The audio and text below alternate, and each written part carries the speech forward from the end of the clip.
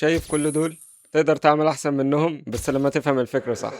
الموضوع مش فوتوشوب بس، الموضوع انك تفهم دماغ المشاهد كويس. لما تفهم الجزء ده كويس كل خطوة في التصميم بتبقى محسوبة، ولما تبقى عارف تستخدم الادوات وفاهم كل خطوة صح وتدخل اي معاك عشان يعلي الكواليتي مش يستبدلك، وقتها الجودة بتفرق. بس اكيد انت مش هتتفرج بس عشان في معسكر تطبيق حقيقي وتفاصيل وتريكات قوية وبريفات زي السوق، وتصاميمك بتتقيم وتحديات ومسابقات عشان تطلع احسن نسخة منك. وبعد ما تعرف تعمل شغل كويس مش هنقف هنا، اعرفك ازاي تبيع الشغل ده وتعمل بورتفوليو صح وتسعر صح وتفهم العميل وتسوق لنفسك كويس، لان جزء التسويق ده مهم جدا جدا وهو ده اللي بيعلي قيمتك. وطبعا كل ده غير مكتبة الصابنيل اللي هتستلمها مجانا، وجروب واتس للمتابعة وتعمل شبكة علاقات وتاخد خبرة. ولو انت مميز فعلا ففي فرصة حقيقية جدا انك تشتغل في التيم معانا. فبس كده، لو عايز تبطل تشتت بين مصادر كتير واخدك الطريق من اوله لاخره لحد ما تبيع شغلك، فانا جمعت لك كل ده بنظام في كورس خط. والكورس هتلاقيه معاك متجدد جدا عشان يواكب الترند لو في اي تصاميم جديدة او كده. فشوف بنفسك لو ده المستوى اللي انت عايز توصل له، واستثمر في نفسك صح.